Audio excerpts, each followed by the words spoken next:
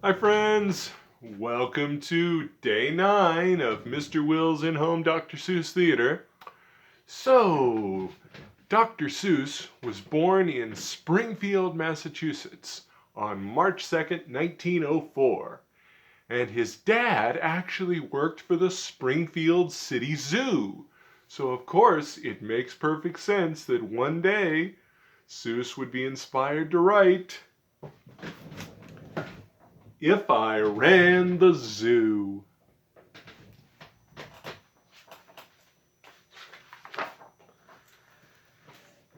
"It's a pretty good zoo," said young Gerald McGrew, "and the fellow who runs it seems proud of it too." "But if I ran the zoo," said young Gerald McGrew, "I'd make a few changes. That's just what I'd do. These lions and tigers and that kind of stuff they have up here now are not quite good enough. You see things like these in just any old zoo. They're awfully old-fashioned. I want something new." "So I'd open each cage, I'd unlock every pen, let the animals go and start over again. And somehow or other I think I could find some beasts of a much more unusual kind."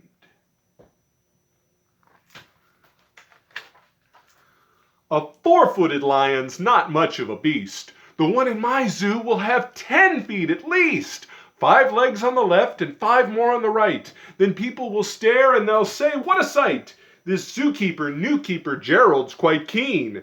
That's the gall-darndest lion I ever have seen.' My new zoo, McGrew Zoo, will make people talk. My new zoo, McGrew Zoo, will make people gawk at the strangest odd creatures that ever did walk. I'll get for my zoo a new sort of a hen, who roosts in another hen's topknot, and then another one roosts in the topknot of his, and another in his, and another in his, and so forth and upward and onward. Gee whiz."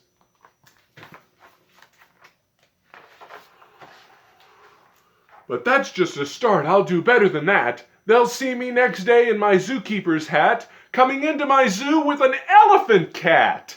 They'll be so surprised they'll all swallow their gum. They'll ask when they see my strange animals come, 'Where do you suppose he gets things like that from? His animals all have such very odd faces. I'll bet he must hunt them in rather odd places.'"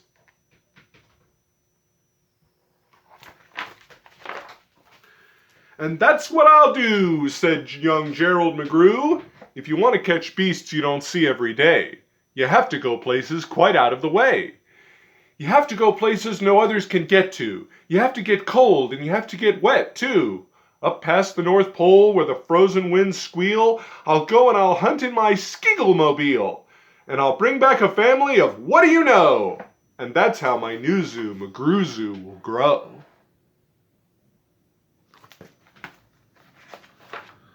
"I'll hunt in the mountains of Zomba-Matant and capture a fine fluffy bird called the Blustard, who only eats custard with sauce made of mustard, and also a very fine beast called the Flustard, who only eats mustard with sauce made of custard." Blech. Mustard and custard, oh my. Ugh. I know we're creative for new recipes during this time, but don't try that. "I'll catch 'em in caves, and I'll catch 'em in brooks. I'll catch 'em in crannies, I'll catch 'em in nooks that you don't read about in geography books. I'll catch 'em in countries that no one can spell, like the country of Monofa-Potofa-Pell. In a country like that, if a hunter is clever, he'll hunt up some beasts that you never saw, ever. I'll load up 5 boats with a family of jotes, whose feet are like cows but wear squirrel-skin coats, and sit down like dogs but have voices like goats, excepting they can't sing the very high notes.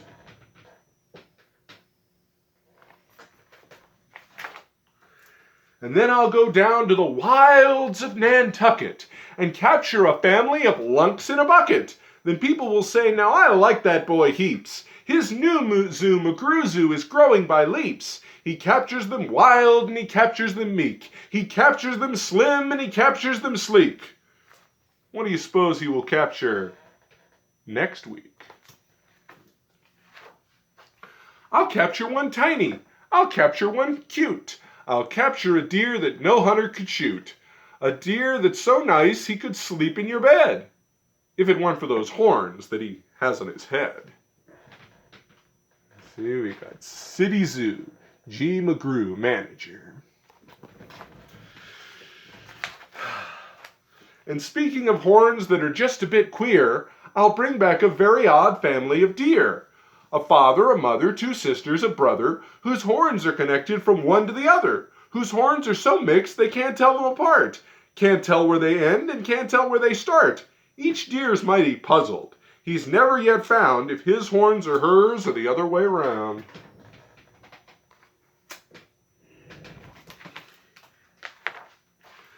I'll capture them fat, and I'll capture them scrawny. I'll capture a scragglefoot mulligatawny, a high-stepping animal fast as the wind, from the blistering sands of the desert of Zend.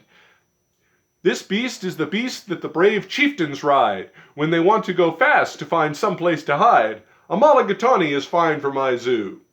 And so is a chieftain. I'll bring one back too.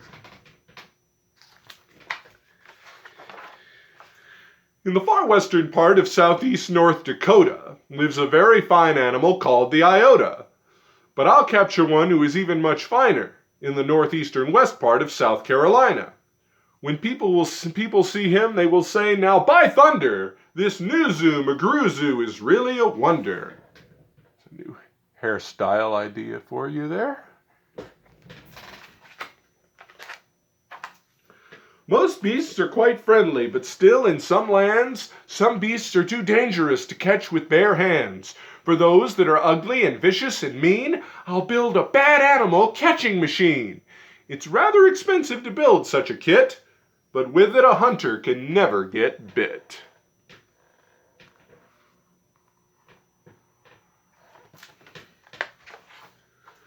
A zoo should have bugs, so I'll capture a thwirl, whose legs are snarled up in a terrible snarl. And then I'll go out and I'll capture some chugs, some keen shooter, mean shooter, bean shooter bugs.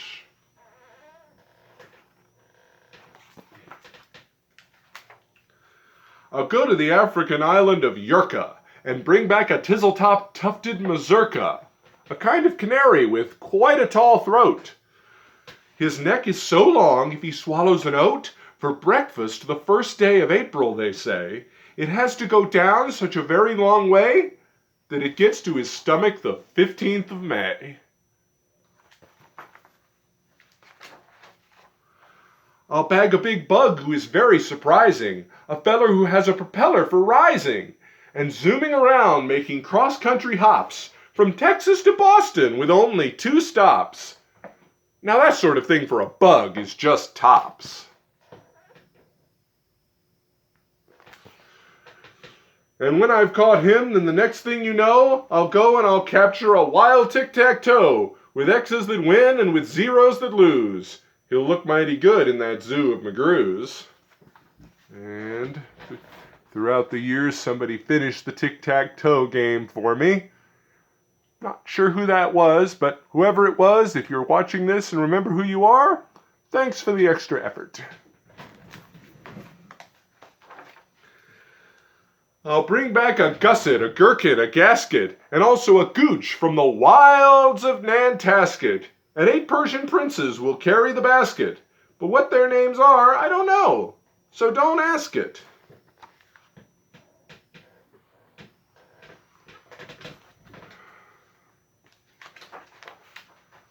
In a cave in Catroom lives a beast called the Natch, that no other hunter's been able to catch.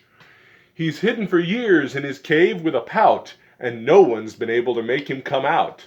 But I'll coax him out with a wonderful meal that's cooked by my cooks in my cooker-mobile. They'll fix up a dish that is just to his taste, 3 chicken croquettes made of library paste, then sprinkled with peanut shucks, pickled and spiced, then baked at 600 degrees and then iced. It's mighty hard cooking to cook up such feasts, but that's how my new zoo, McGrew Zoo, gets beasts.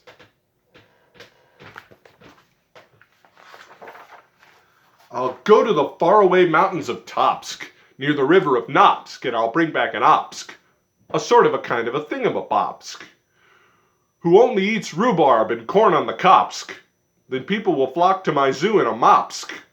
McGrew, they will say, does a wonderful Jopsk. He hunts with such vim and he hunts with such vigor, his new zoo, McGrew Zoo, gets bigger and bigger!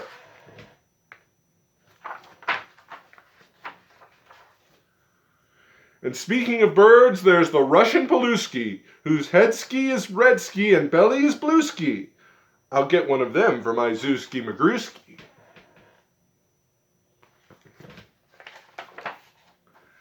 Then the whole town will gasp, why this boy never sleeps. No keeper before ever kept what he keeps. There's no telling what this young fellow will do. And then just to show them, I'll sail to Catrue and bring back an Itkut, a Preep, and a Prue, a Nurgle, a Nerd, and a Seersucker too. First published instance of the word nerd, by the way. Bet you didn't know Dr. Seuss originally came up with that one. I'll hunt in the jungles of Hippo-no-Hungus and bring back a flock of wild Pippo-no-bungus. The Pippo-no-bungus from Hippo-no-Hungus are better than those down in Dippo-no-dungus and smarter than those out in Nippo-no-nungus. And that's why I'll catch 'em in Hippo-no-Hungus instead of those others in Nungus and Dungus. And people will say when they see these pips bounding, this zookeeper, new keeper's simply astounding. He travels so far that you'd think he would drop. When do you suppose this young fellow will stop?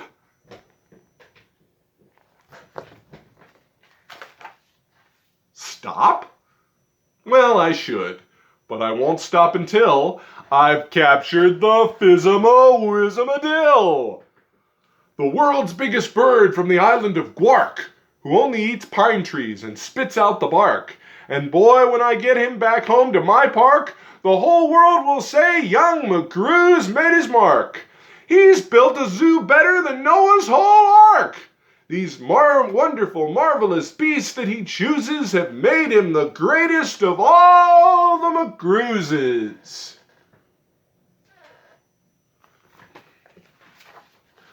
Wow, they'll all cheer. What this zoo must be worth. It's the gall-darndest zoo on the face of the earth.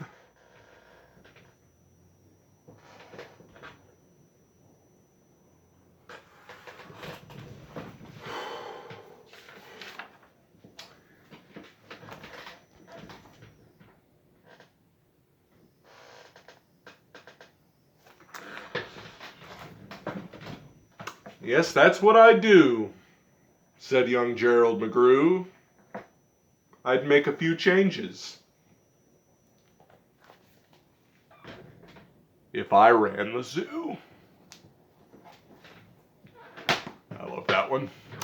Thank you, friends. See you tomorrow.